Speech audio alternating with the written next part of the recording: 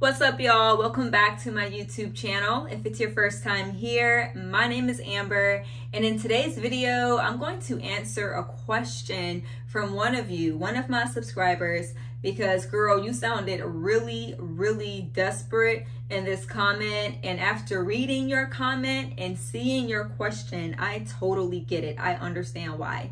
So I'm going to be getting ready for a party and doing my makeup, but first, before I get started, let me go ahead and read y'all's question, okay? And by the way, if y'all want to get in these comments and help old girl out, y'all do that too, okay? So let me go ahead and read the question. Amber, please, how do you advise a lady in a relationship, almost engaged, to handle issues with her in-laws to be? For example, they expect me, now she said her, but I'm gonna say me. They expect me to do wifely duties, cooking and cleaning when I visit. They are harsh to me in the name of we are testing you first. How should you handle it if the man isn't able to calm the situation? Now I know for some of y'all already like, girl, because look, I was doing the same thing too, all right? That was my exact same sentiment. So I have a lot I could say on this, all right? And I have a lot I could say in general, because y'all know me, I do talk a lot. But I really want to give some godly wisdom and counsel here. And look, know that if y'all ask me a question, I'm giving a very honest answer, and I'm gonna be very thorough with it. I believe that when it comes to relationships, the Lord is gracious, okay? Because God gives us time. I believe that time is a form of grace, and I believe that God gives us time to reconsider our choices. He gives us time to really make the best decisions, and giving us time to consult with him about those decisions. And when it comes to marriage, I know a lot of people act like, it's not that big of a deal. You can always get out. But if you really love God, if you are a disciple of Jesus, then you take marriage and you take that choice very seriously, okay? So I believe already, just based off your question, there are already some red flags here, okay? I think everybody would agree. And I'm going to be careful in the things I say, because I want you to know that I am just a person. I don't know everything. I don't know you. I don't know him. I don't know these in-laws, right? In-laws to be. So I'm just going to go based off the information that you've given me. The first thing that really jumps out at me is I can't help but think there are some cultural differences here, maybe. I just wonder if y'all have the same ethnic background or the same cultural background. My parents are an interracial couple. I know a lot of interracial couples, and sometimes that is not sometimes, all the time, okay? That's definitely what comes along with the territory. It's just that culture is culture, and it's going to definitely have an impact in your relationship. Now, maybe y'all are of the same culture. Maybe they just have a different set of expectations than what you're used to. Which, by the way, the smart mouth in me, okay, the straight shooter in me is just like, first of all, if I'm coming to your house to visit, why am I doing the cleaning? Clean your own house. You need to clean your own house. I'm not coming over here to clean for you. What type of hostess are you? Like, and then cook? I'm not doing that either. I'm not doing that either. And see, I think too, y'all, that's one thing when it comes to marriage, is that people think people think that marriage, in their ignorance, it's just this performative thing. They think it's just a performative thing. Like, I met women who said, you know, when I got married, I thought I was still just going to be a girlfriend. Like, I didn't know. Like, I knew I would have to, you know, contribute to the house a little more and stuff like that. But I didn't think much would change.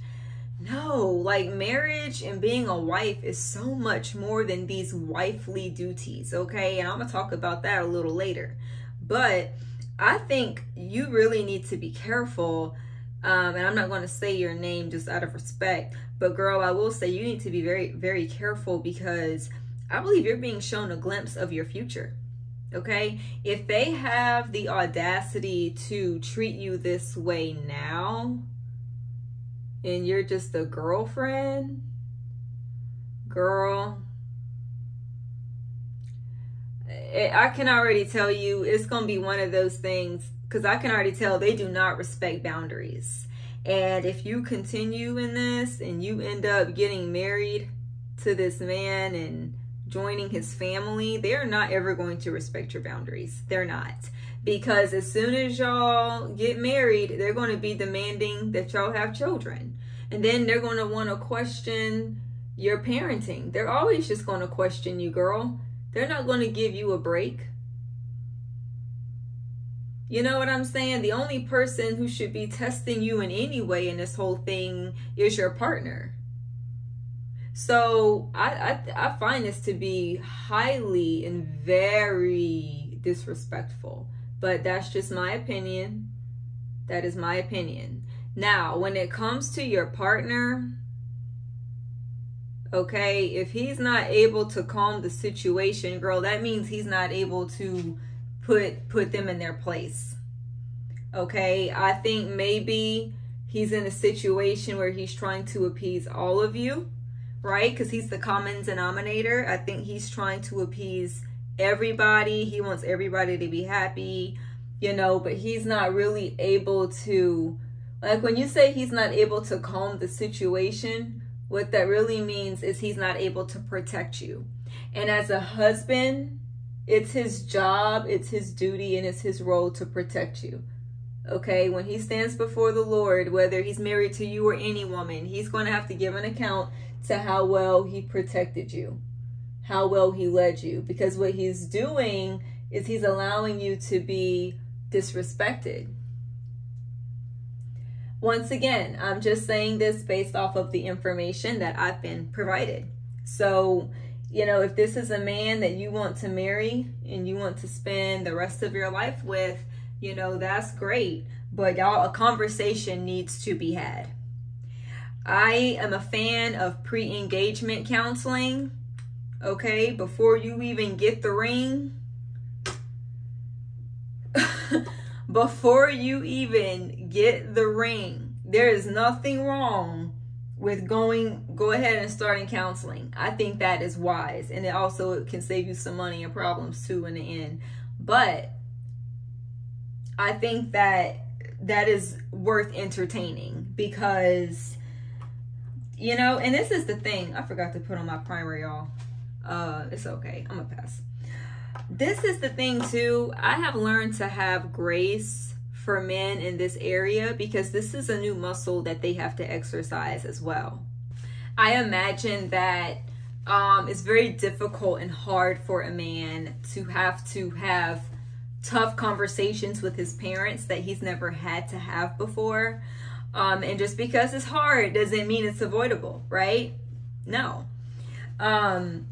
I think about, you know, when I first got married or was getting married, and my parents wanted to know, you know, because they just asked, because it was normal for them to ask. Like, anytime I lived anywhere, I would say, this is how much I'm paying a month in my rent. This is how much this costs and that.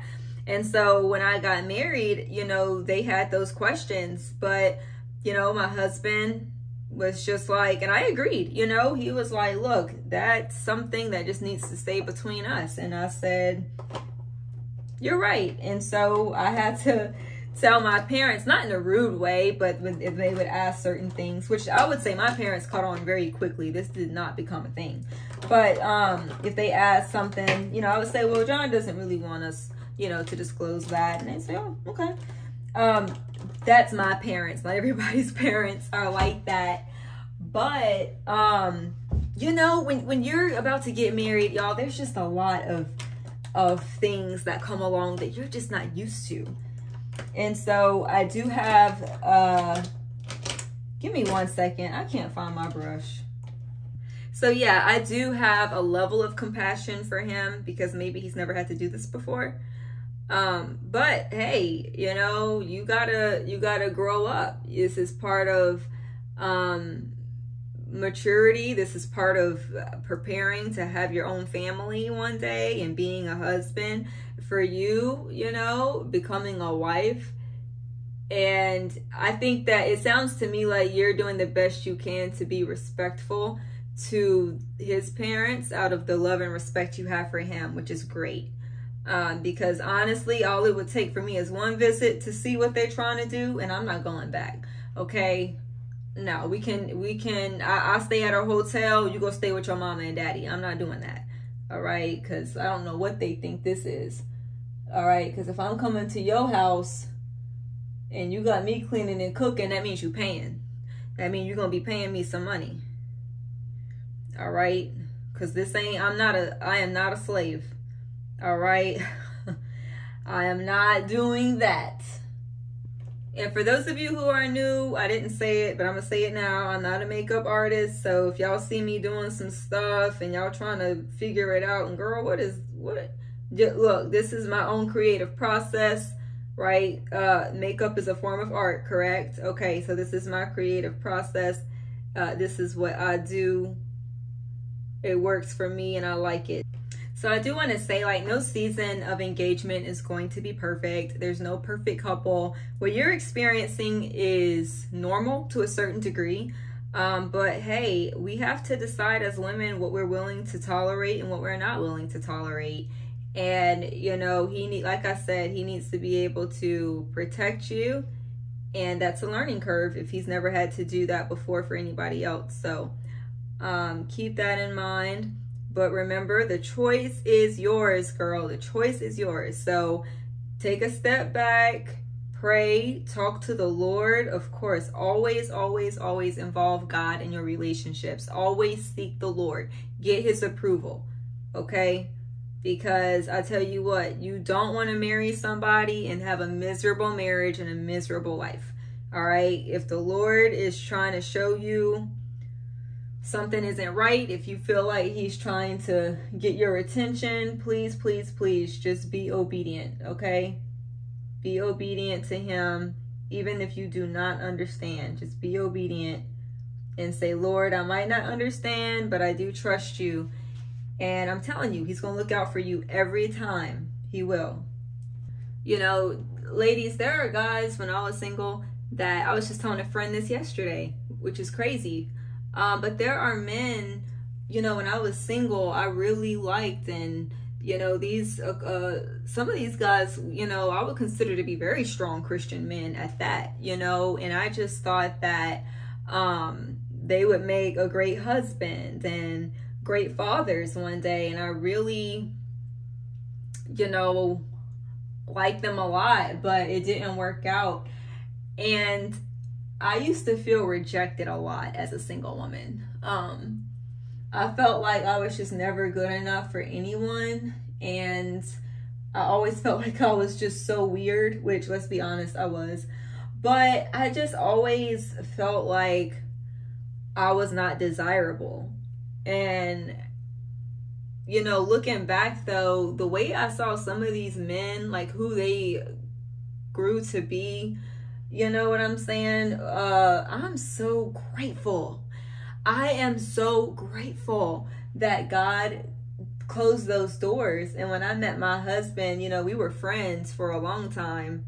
But when it came to my husband, I always just enjoyed him as a person and everything. I thought he was such a nice guy and all those things. I always noticed he had really great qualities about himself.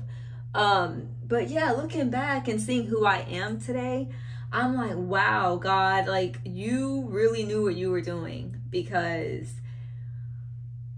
you know, I'm not the same person I was all those years ago. I used to be a chameleon type of girl. I used to be a pick-me girl. I was willing to say whatever, look like whatever, kind of do whatever, just to be chosen and just to be like validated. You know what I'm saying? Like, I was such a pick-me. But I'm just grateful that I was obedient to God, and I just like waited for him, and I included him. So if you're not including God in your relationships and you're out here trying to figure out stuff by yourself, first of all, how well is that going for you? Because it didn't go well for me. Okay, but let God direct you, because you don't really know these men. Okay, you know what they show you. You know what they allow you to see, but only God knows what's best for you. Okay, like it says in the book of Jeremiah 29:11, you know, he knows the plans that he has for you, plans not to harm you, but to give you a hope in the future. God's plans for you are good, but you have to be still and be patient and wait for him. And you know, when you're dating and all that, pay attention to people's family members. You know what I'm saying? I feel like that's something that isn't spoken about enough.